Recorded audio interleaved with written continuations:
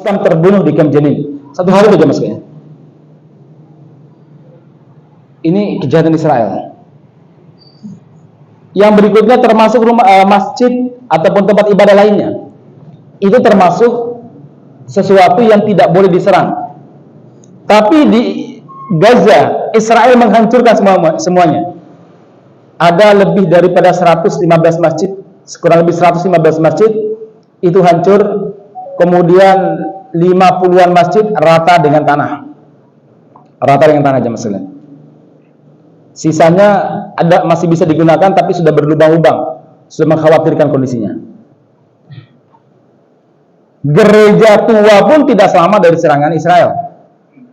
Beberapa gereja dibombardir sehingga banyak jemaah gereja yang meninggal. Jadi ini bukan sekedar perang terhadap kaum muslimin, tapi betul-betul perang terhadap rakyat Gaza. Ini namanya genosida. Orang-orang menyebutnya genosida aja, Mas.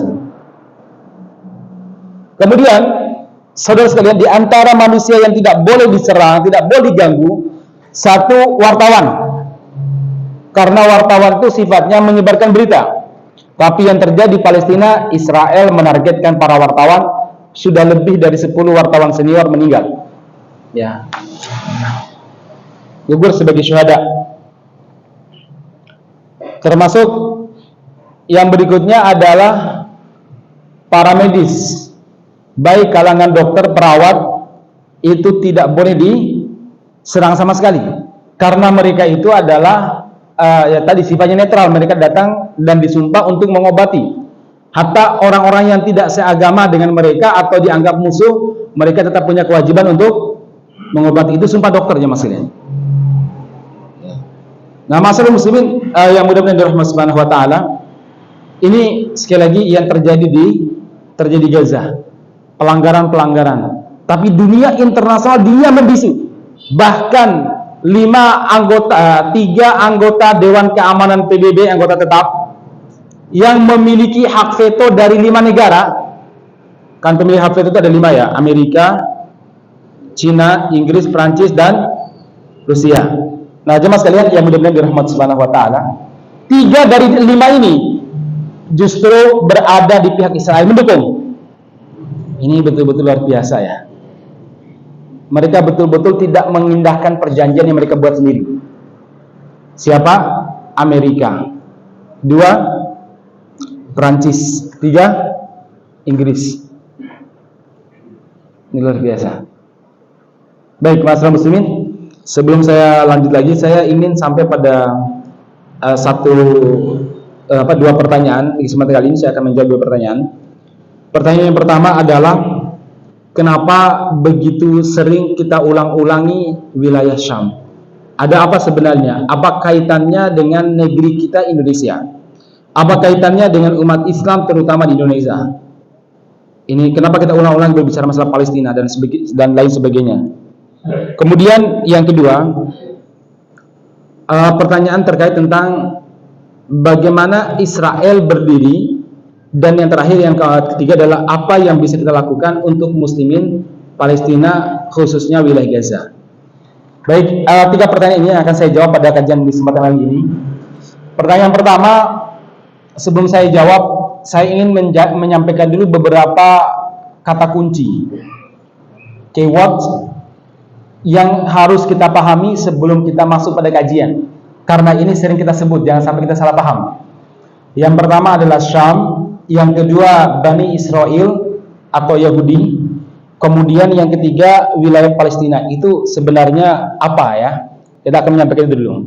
Baik jemaah sekalian, Syam itu sebuah negeri yang dimuliakan oleh Allah Subhanahu wa taala dalam Al-Qur'an, dan juga dimuliakan oleh Rasulullah SAW dalam beberapa hadis. Taruhlah misalkan yang paling jelas firman Allah Subhanahu wa taala dalam sebuah diskusi, di mana Allah Subhanahu wa taala berfirman, "Ya Syam, anti sahwati min biladi." Wahai Syam, engkau adalah bumi pilihanku. Ikhtartuki sahwata min ibadi, aku pilihkan hamba-hamba terbaikku untuk menempatimu, wahai Syam. Itu firman Allah Subhanahu wa taala tentang keutamaan negeri Syam.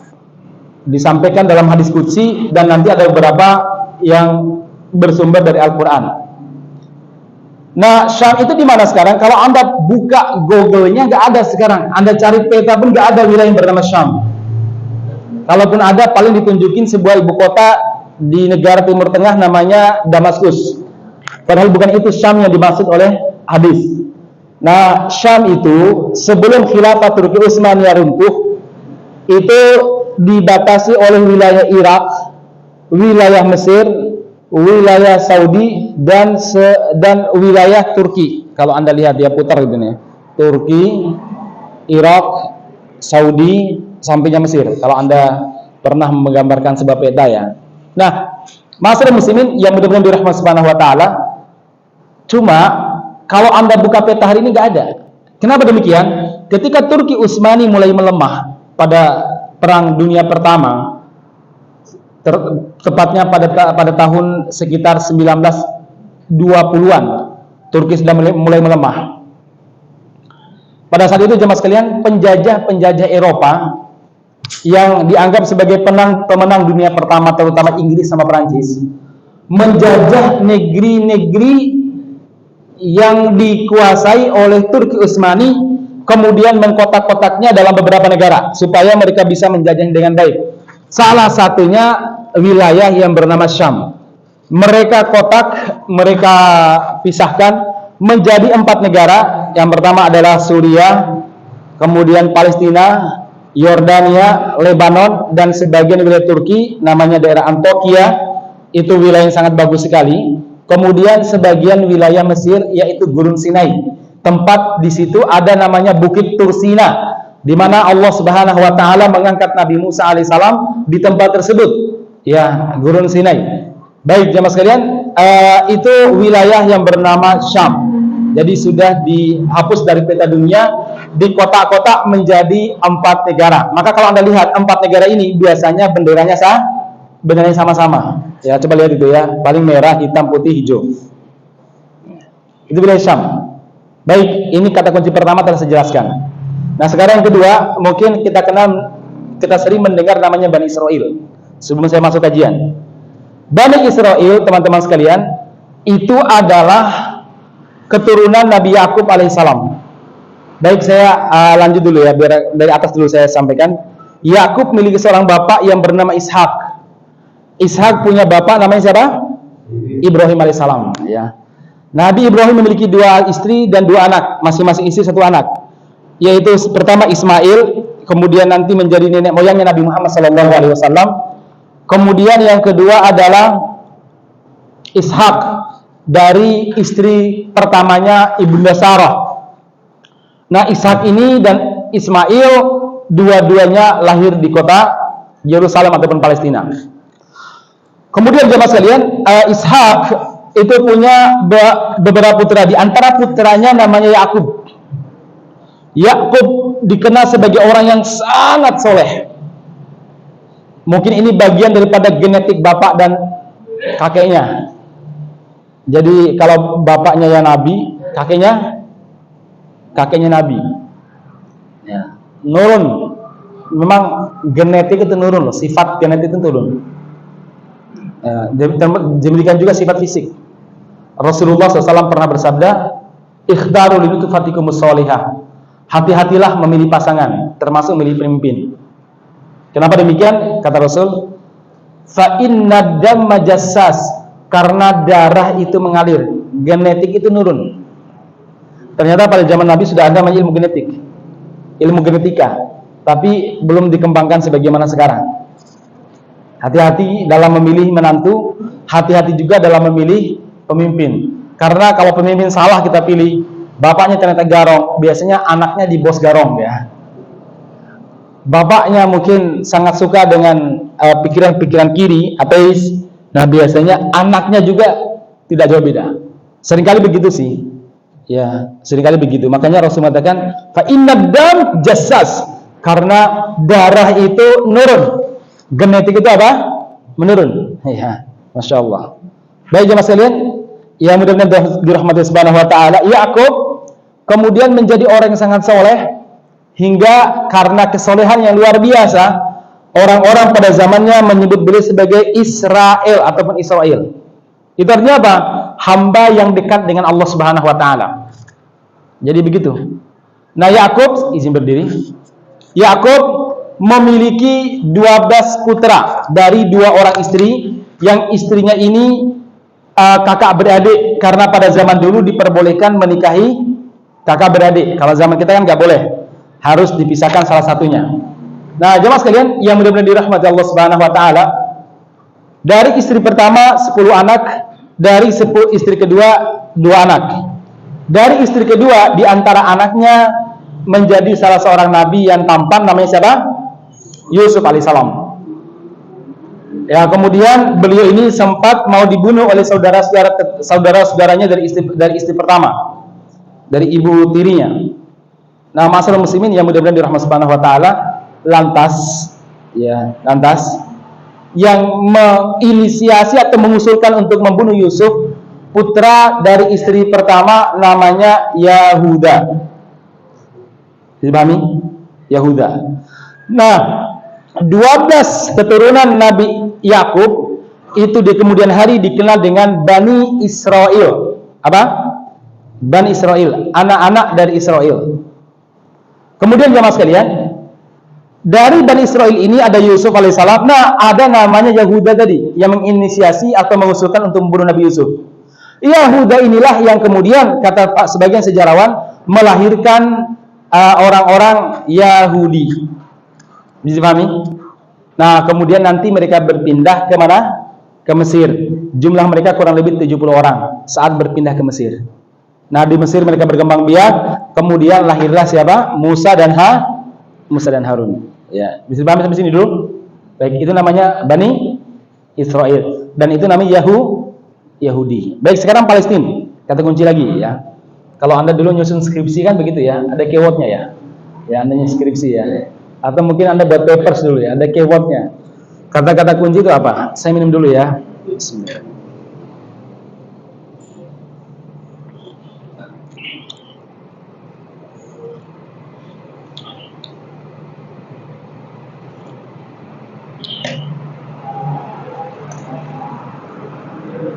Palestina memang sekarang sebuah negara, walaupun dihapus dari Google.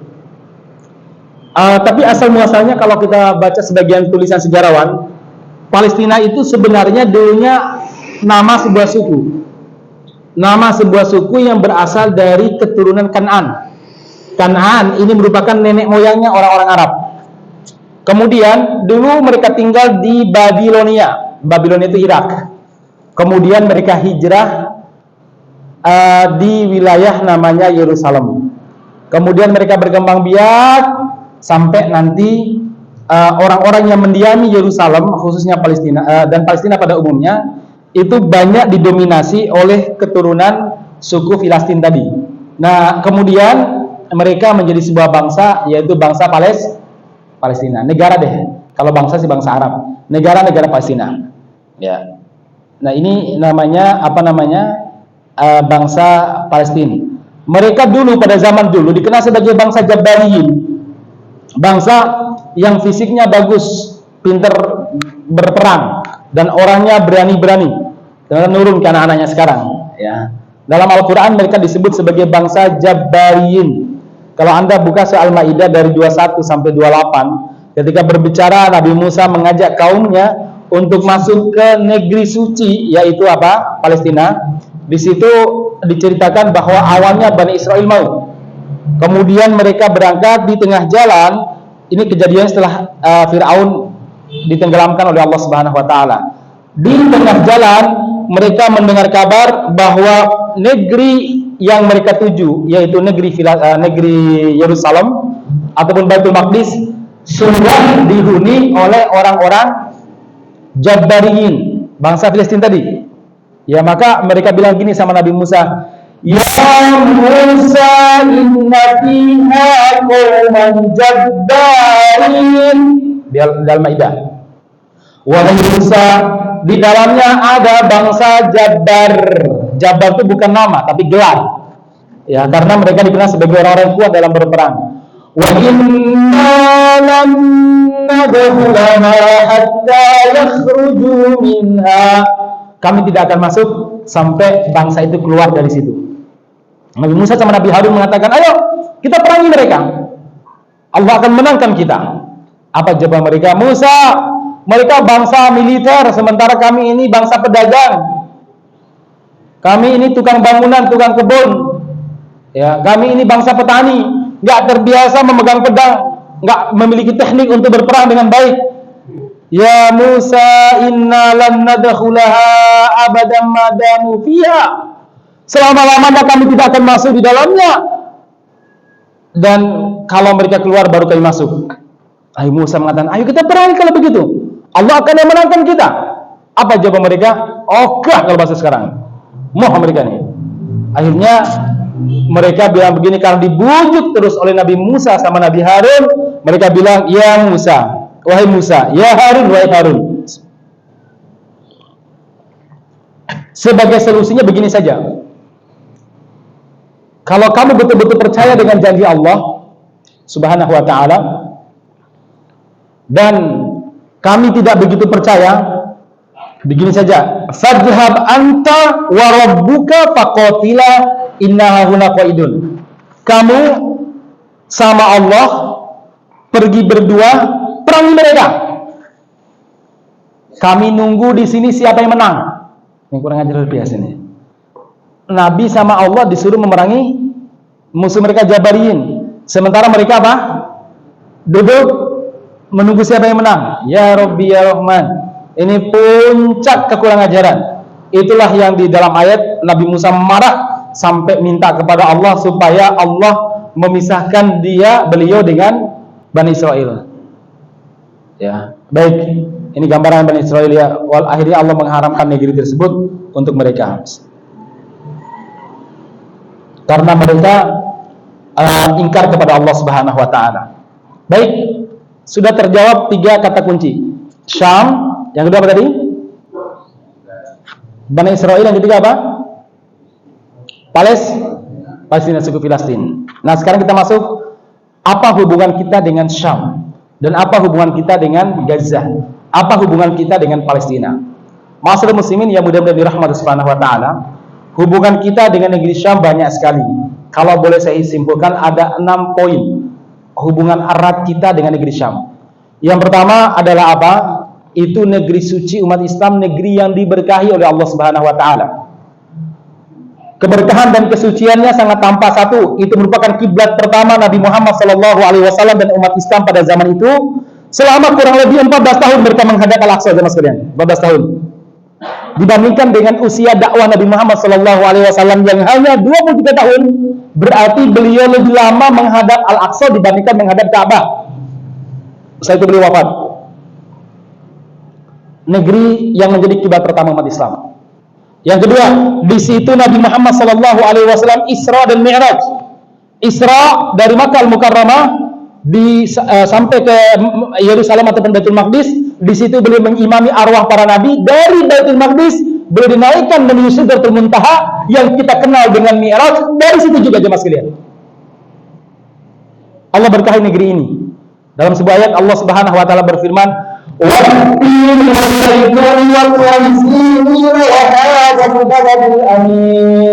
demi pohon tin, demi pohon zaitun, dan demi bukit Tursina dan negeri yang aman ini Makkah. Allah bersumpah dengan 4 makhluk. Kalau Makkah sudah jelas, tapi tin, zaitun, dan Tursina. Kenapa Allah bersumpah dengan ini? Para ulama mengatakan karena ketiga dari 4 ini semuanya berada di sebuah wilayah yang bernama Syam. Tin, zaitun, tumbuhan asli dari Syam, tumbuhan yang diberkahi, di mana Rasulullah SAW pernah bersabda, "Kulu minaz zaitun," makanlah buah zaitun. Pernah makan buah zaitun, Pak? Rasanya gimana? Sepet-sepet. Kalau Anda mungkin ke umroh, di sebagian hotel biasanya disediakan apa? Zaitun. Ya, terutama mungkin yang VIP ya. Karena biasanya ada orang-orang Arab yang di situ. Yang saya kalau bawa jemaah, tak bilang, ayo coba jelasin ini pohon zaitun, ini buah zaitun. yang disebutkan dalam hadis. Kulu minaz zaitun waddahinu bih, dan berminyaklah dengan minyak zaitun, minyak rambut ya pakai zaitun, minyak muka kalau bisa, kalau ada krim-krim zaitun. Fa innaha min syajaratin mubarakah, karena dia berasal dari pohon yang diberkahi. Itu. Nah, masyarakat muslimin, itu zaitun. Tin, udah pernah makan tin? Kalau saya yakin lidah Jawa, lidah kita ya, nggak doyan deh. Kalau minum zaitun boleh lah kalau minyaknya ya. Tapi kalau makan buahnya kayaknya kurang begitu suka mungkin. Saya lihat kalau di beberapa kali saya bawa jamaah haji, kalau ada masakan zaitun itu dihindari ya. Biasanya paling kita nasi goreng apa bakso gitu aja kan ya. Ya, yang bisa dimakan ya. Nah, pada itu pohon yang yang diberkahi. Sama kalau ada hidangan tin juga nggak diambil. Ya, sekali lagi dua-duanya adalah tumbuhan yang diberkahi yang berasal dari negeri Syam. Waktu di sini Bukit Tursina itu merupakan bukit yang masuk wilayah Syam. Sekarang masuknya Mesir. Subhanallah wa bihamdihi lailan minal masjidil haram ilal masjidil aqsa. Maha suci Allah yang telah menjalankan hambanya dari Masjidil Haram Makkah Al-Mukarramah ilal Masjidil Aqsa, ke Masjid Aqsa Syam, alladzi barakna haulahu, yang kami berkahi di sekitarnya. Aqsa disebutkan langsung, di sekitar Al-Aqsa diberkahi. Apakah itu yang diberkahi? Para ulama sepakat negeri Syam, karena Al-Aqsa berada di wilayah Syam. Sebagaimana doa Nabi Muhammad, Allahumma barik lana fi syamina, Allahumma barik lana fi syamina. Ya Allah, berkahi negeri Syam kami, berkahi negeri Syam kami, berkahi negeri Syam kami. 3 kali Nabi Muhammad mendoakan keberkahan negeri Syam. Jarang-jarang Nabi Muhammad mendoakan sampai 3 kali. Para sahabat bertanya, ya Rasulullah, bima? Ya Rasulullah, kenapa negeri ini diberkahi? Apa jawaban Nabi? Tilka malaikatullahi basitu ajnihatiha alaihi. Sesungguhnya malaikat-malaikat Allah membentangkan sayapnya di atas bumi Syam. Masya Allah. Negeri suci ketiga umat Islam setelah Makkah dan Madinah. Kalau di Makkah kita punya Masjidil Haram, sholat di dalamnya berapa kali? 100.000 kali. Kemudian di Madinah kita punya masjid namanya apa? Nabawi. Sholat di dalamnya berapa kali Bapak-bapak yang pernah umroh atau haji? 1000 kali. Masya Allah. Ada yang pengen Pak? Pengen lagi? Ayo bareng sama saya. Sabtu depan saya berangkat insya Allah. Kalau terlalu mepet nanti bareng sama saya di akhir Desember nanti, pas musim dingin ya. Kalau di Syam kita punya wilayah namanya Aqsa. Sholat dalamnya berapa kali? 500. Diberkahi ya mas kalian. Tadi ya, Allah berfirman ketika menyelamatkan Nabi Ibrahim dari kejaran Firaun. Kejaran Namrud mas ya. Wa najjaynahu wa lutan ilal ardil lati barakna fiha lil alamin. Kami selamatkan Ibrahim bersama dengan keponakannya Lut. Saat itu Nabi Lut belum menjadi nabi, masih menjadi pengikut Nabi Ibrahim. Ilal ard, ke sebuah negeri, allati barakna fiha, yang negeri itu kami berkahi, lil alamin, bagi alam semesta. Keberkahannya akan menyebar ke alam semesta. Dan itu negeri Syam, karena beliau hijrah dari Babilonia tadi, kemudian tinggal di mana? Tinggal di Yerusalem. Diberkahi negeri ini. Diberkahilah negeri ini. Nabi Ibrahim akhirnya punya anak yang sebelumnya nggak punya anak. Diberkahilah negeri ini. Nabi Ibrahim yang sebelumnya 1 istri, akhirnya nikah dapat 2 istri. Yang melamar istri pertama lagi untuk menikah dengan Nabi Ibrahim. Jadi Ibunda Hajar itu yang melamar Ibunda Sarah. Bukan berarti bapak-bapak kalau ingin nikah lagi harus ke sana, enggak ya. Tapi saya berbicara keberkahannya jemaah sekalian. Berkah betul negeri ini. Dihuni oleh para nabi. Nabi tadi sudah jelas ya, Nabi Yakub, Nabi jelas. Nabi Daud, Nabi Sulaiman mendirikan negara dan istana yang paling megah di Syam. Nabi Sulaiman itu mendirikan istana 1000 tingkat. Anda jangan tanya itu 1000 tingkat. Manusia manapun tidak akan mampu mendirikan 1000 tingkat. Sampai salah seorang petani, rakyatnya baru pulang macul dari sawah, lewat depan istana Nabi Sulaiman, dorongkan kepala ke atas, kopi yang jatuh saking tingginya, sambil mengatakan,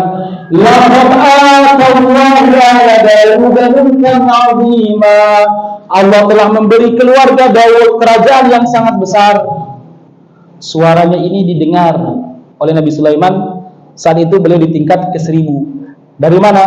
Angin yang membawanya naik ke atas. Ternyata teknologi sinyal itu sudah ada pada zaman Nabi Sulaiman. Cuma belum ada penangkapnya ya. Belum ada penangkap dan penyiarnya jemaah sekalian. Turun beliau. Turunnya pakai apa? Nggak pakai lift. Kalau pakai lift bahaya. 1000 tingkat ya. Panas liftnya tuh bisa listriknya mati cuma hancur tuh lift. Angin. Pak, jenengan yang bilang bahwa Allah telah memberikan keluarga Daud itu kerajaan yang sangat-sangat besar. Iya. Apa kata beliau? Hadza min fadli rabbi. Ini semuanya anugerah dari Allah. Masya Allah. Puncak keimanan orang kaya itu begitu. Ketika menganggap itu bukan usaha dia. Semuanya adalah anugerah dari Allah Subhanahu wa taala. Dia beluani ashkur am akfur. Masya Allah ya. Untuk mengujiku, apakah aku bersyukur atau kufur.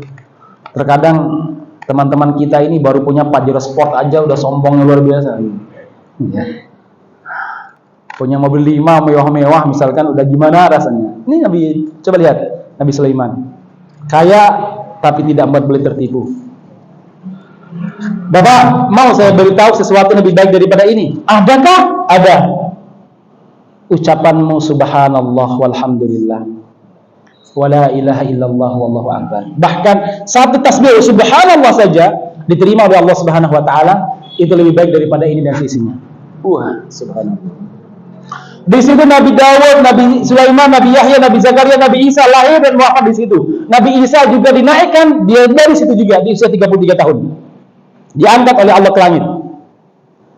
Nabi Musa memang beliau tidak lahir di Syam, tidak tinggal di Syam, tapi beliau menjadi Rasul diangkat di negeri Syam, yaitu Bukit Tursina. Nabi Muhammad SAW tadi sudah saya ceritakan, memang lahir di Makkah, kemudian mendirikan negaranya di mana? Madinah. Tapi beliau punya minimal dua jamaah sekalian, minimal 2 peristiwa yang unik di Syam.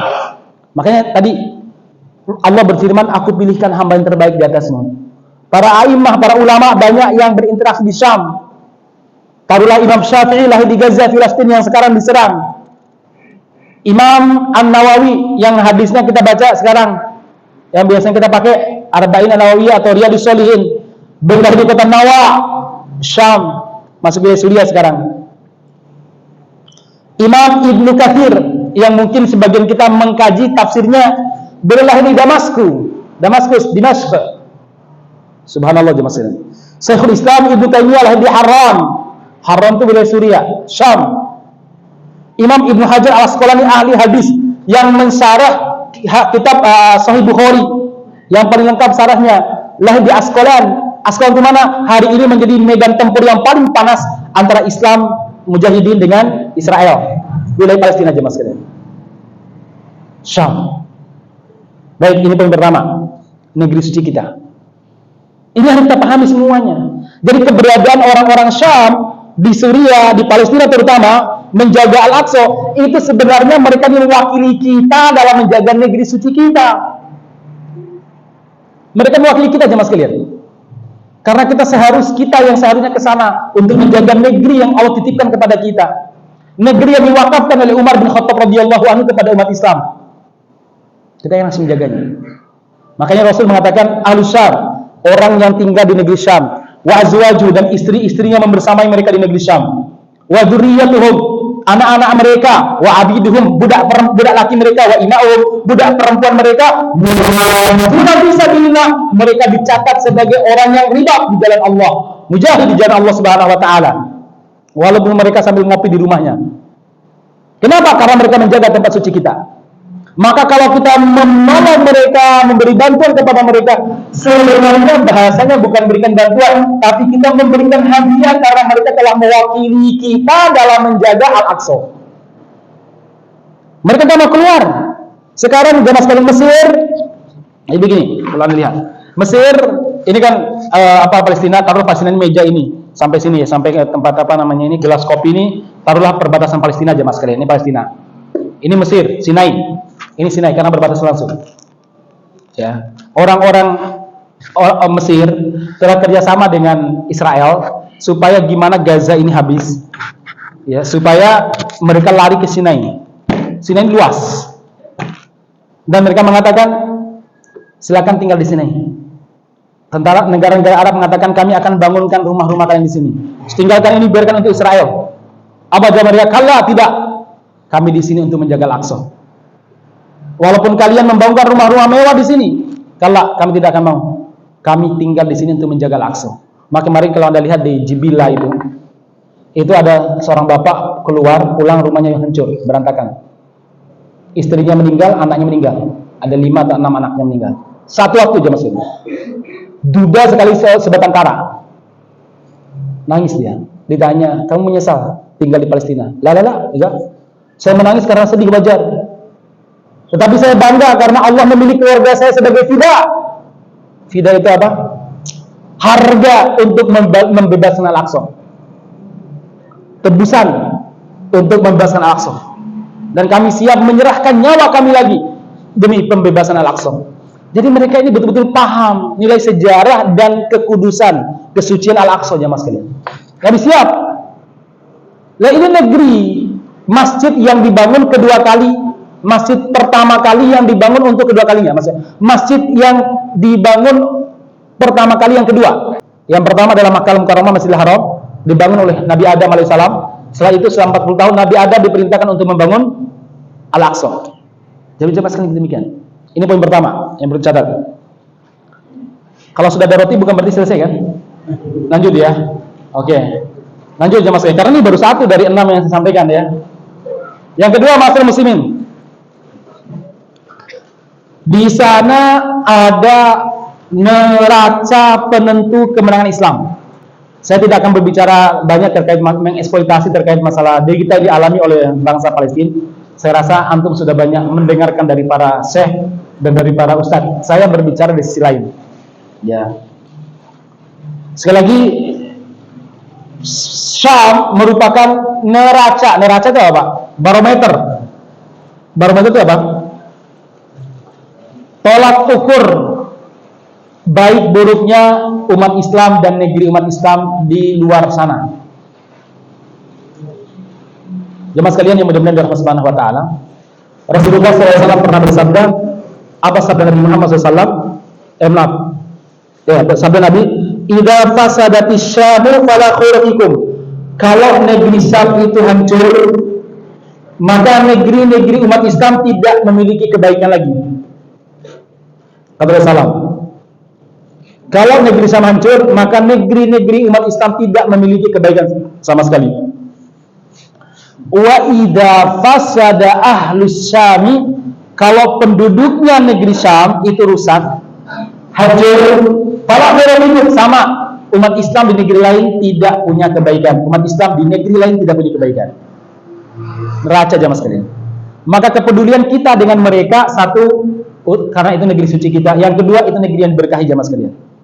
Masya Allah. Barakna fiyal alamin. Jadi kalau kita ini punya hubungan dengan negeri Syam, Allah berkahi kehidupan kita. Karena Allah mengatakan, allati barakna fiyal alamin. Kami berkahi negeri ini untuk alam semesta. Jadi saya sering bilang sama istri saya, kadang protes, Abi, mana waktu keluarganya? Karena semenjak semenjak serangan kemarin 7 Oktober, saya jarang di rumah. Ya, mimpin aksi, mimpin midnight, mimpin macam-macam ya. Sampai tadi malam.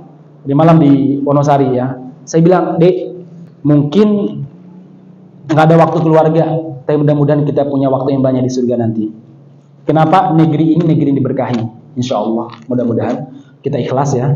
Kita membantunya, kita menggerakkan kaum muslimin. Mudah-mudahan tadi kita dapat keberkahan negeri ini.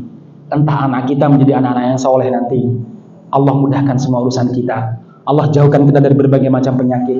Saya sering bilang, toh kan anak-anak kita alhamdulillah dari 5 anak yang saya miliki, alhamdulillah belum, mudah-mudahan tidak ada yang apa istilahnya, yang sakit macam-macam gitu nih, alhamdulillah.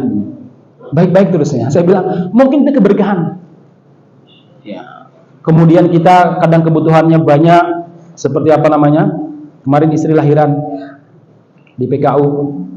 Orang mengatakan, "Bapak harus di VIP nih." Aduh, ya. Saya mulai mikir, Pak, VIP sehari mah berapa katanya. Setelah selesai semuanya, Ustadz 0 tagihannya. Loh, kok bisa? Sepokoknya katanya. Saya bilang itu mungkin keberkahan yang Allah berikan kepada kita dan keluarga kita, karena kita mengurus masalah ini. Ya, berkah aja mas kalian. Jadi kalau siapa tahu 100.000, 1 juta, 2 juta kita sumbangkan, itu menjadi keberkahan bagi keluarga kita. Karena Allah sendiri mengatakan, barokna fiha lil alamin. Rasulullah, Allahumma barik lana. Ya Allah berkahi untuk kami fi Syamina, di negeri Syam kami. Rasul tinggal di Madinah. Negeri Syam pada saat itu dikuasai oleh Romawi Kristen, tapi Nabi mendoakan keberkahan di negeri Syam untuk kaum muslimin. Jadi saya kadang berpikir, mungkin Allah sengaja membuat negeri Syam itu begini, supaya apa? Supaya kita dapat keberkahannya. Kita bantu, kita kirim bantuan, ada para mujahidin ke sana, berangkat ke sana berjihad untuk membantu sana, dapat keberkahan keluarga yang ditinggal, atau harta yang kita berikan kemudian menjadi keberkahan bagi kita. Selama ini mungkin harta kita ini hanya untuk apa namanya, ada aja ya. Ya saking bingungnya menghabiskan, ada yang ke sana kemari, baju di lemari sudah banyak, ganti lagi, sepatu udah berjejer, ganti meneh, apalagi ibu-ibu tasnya udah banyak, beli lagi tas ya, macam-macam bentuknya. Masih muslimin, keberkahan. Yang kedua tadi apa? Yang kedua apa? Negeri ini negeri yang menjadi barometer baik buruknya umat Islam. Sebenarnya saya punya banyak cerita terkait masalah ini karena saya pernah ke sana, tapi mungkin waktunya lain waktu saja. Yang terakhir, yang berikutnya, negeri Syam merupakan negeri tempat kejayaan Islam berada di akhir zaman. Jadi kejayaan Islam di akhir zaman itu ada yang di sana. Dan semua peristiwa-peristiwa besar dan tanda-tanda kiamat kubra yang besar itu adanya di negeri Syam. Pernah mendengar Imam Mahdi? Pernah kenal Imam Mahdi, Pak? Belum ya, Kak. Nah, dengar pernah ya? Imam Mahdi itu lahir di Madinah, dibaiat di kota Makkah.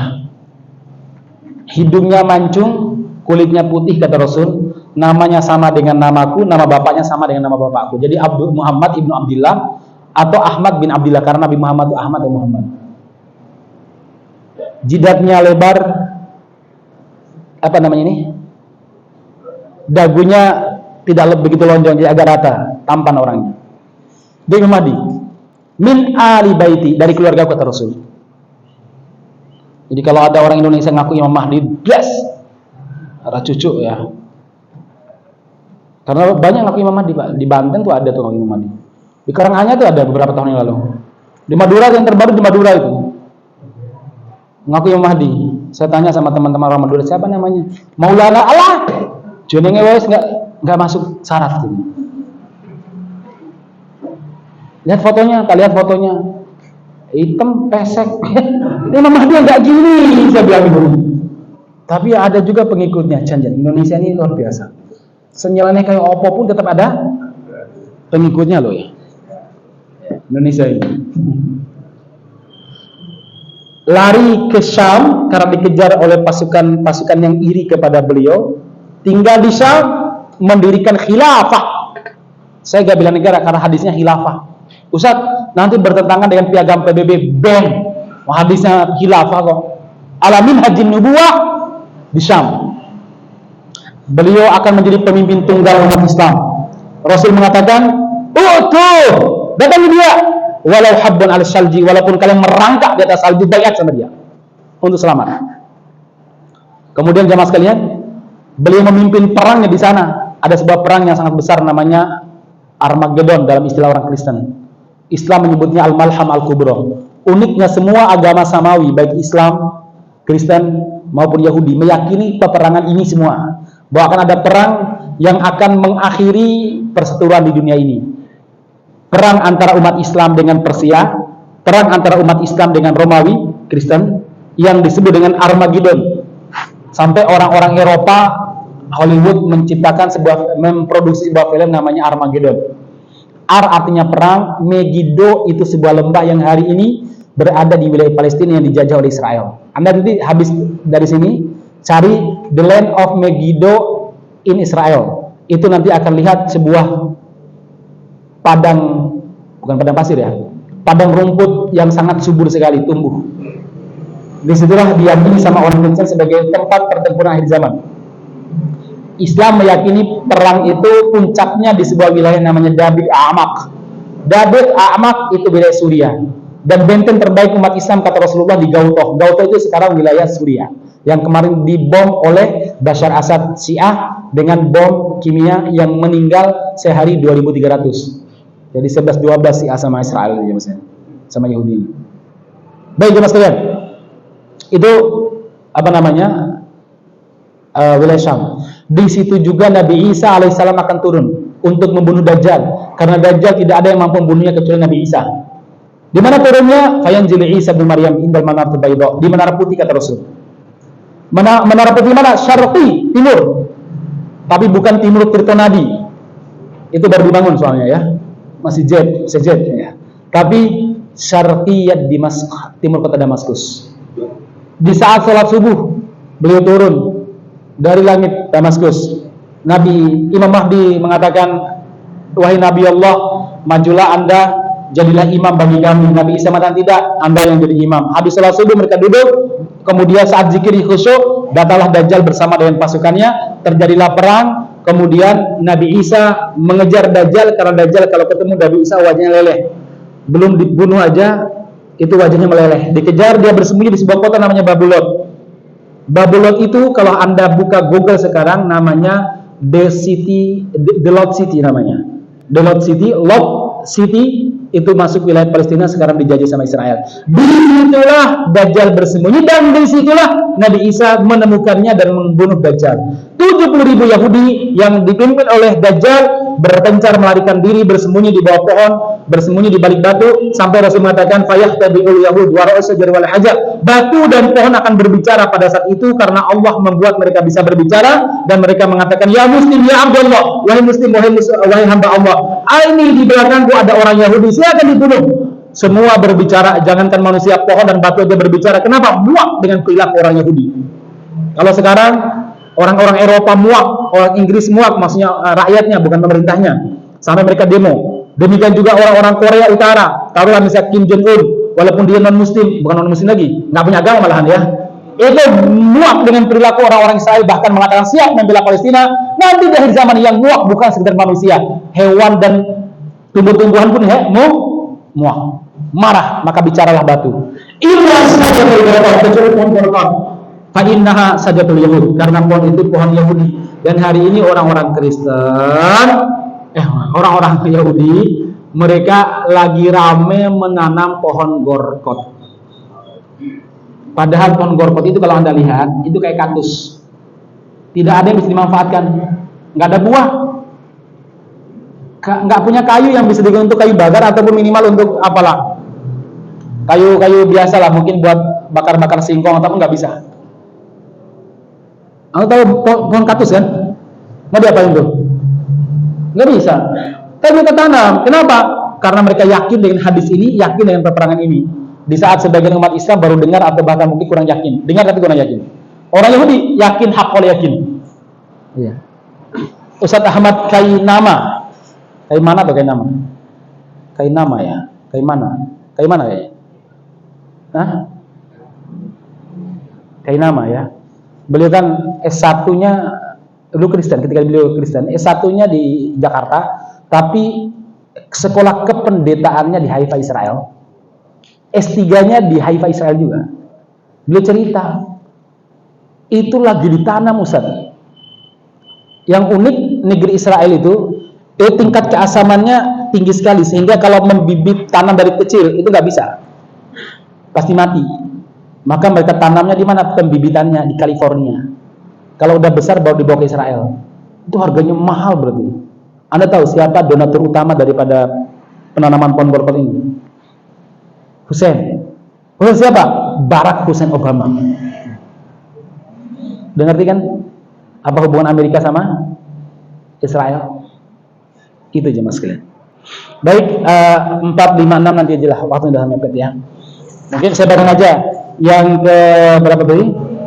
4, pasukan terbaik Islam akan ada di sana di akhir zaman. Yang kelima, Syam merupakan tonggak Al-Quran.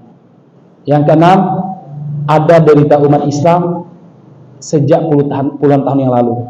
Ketika orang-orang Yahudi datang menjajah Palestina, menyerang satu desa, desa yang dikuasai diratakan dengan tanah, dipatok, dibuat sertifikat baru, diundanglah orang Yahudi yang mau tinggal di sini nih sertifikatnya. Berikutnya mereka menyerang lagi satu desa terus sampai mereka berani mendirikan negaranya 1948. Ya, dari mana? Dari menjajah 500 desa dan 50 kota. Kayak begitu. Gentan diserang, habis dirata dengan tanah, dibuat apa? Di kotak-kotak, di apa istilahnya? Dipetak. Oh, di kapling bahasanya paling tepat ya. Di kapling-kapling buat sertifikat. Nih siapa yang mau tinggal di sini? Gentan selesai, waru. Sama, diserang, yang meninggal mereka diri, di kapling lagi. Nih siapa? Terus. Akhirnya Solo Raya dikuasai oleh mereka. Jadi dulu Palestina itu ibarat satu meja nih Pak, meja ini Palestina. Negara mereka 1948 itu cuma segini. Sisanya masih Palestina. Ini yang diakui sama PBB. Apakah mereka berhenti? Enggak. Nyerang. Ya taruhlah ini Palestina ya, ini perbatasan Mesir ya. Nah sekarang Palestina ini tepian barat dikuasai oleh PLO yang rodo-rodo pro dengan Israel. Dan ini dekat laut, namanya Qita'u Gaza, atau kita kenal dengan jalur Gaza. Kecil daripada milik PLO. Nah mereka menganggap ini kerikil dalam sepatu, ini serang aja habisin. Minta sama Asisi, togutnya Mesir, ya, kamu buka itu supaya mereka tinggal di mana? Tinggal di mana tadi? Sinai. Sinai ini kalau Anda baca itu gurun pasir Gobi, kebanyakan Gobi, tahu Gobi? Tidak ada kehidupan. Sudah cari airnya. Oh, Palestina enggak, kami akan melawan. Biar Allah yang menentukan. Masya Allah. Ini saudara kita di Kota Gaza. Maka teruslah berdoa, teruslah berikan bantuan. Derita mereka sudah sangat luar biasa. Banyak anak-anak yatim di sana, banyak janda-janda, banyak juga orang terluka permanen. Semoga Allah menjaga mereka dan Allah memberkahi kita karena kita peduli dengan mereka. Subhanallah wa bihamdika asyhadu an la ilaha illa anta astaghfiruka wa atubu ilaik. Walhamdulillahirabbil alamin. Assalamualaikum warahmatullahi wabarakatuh.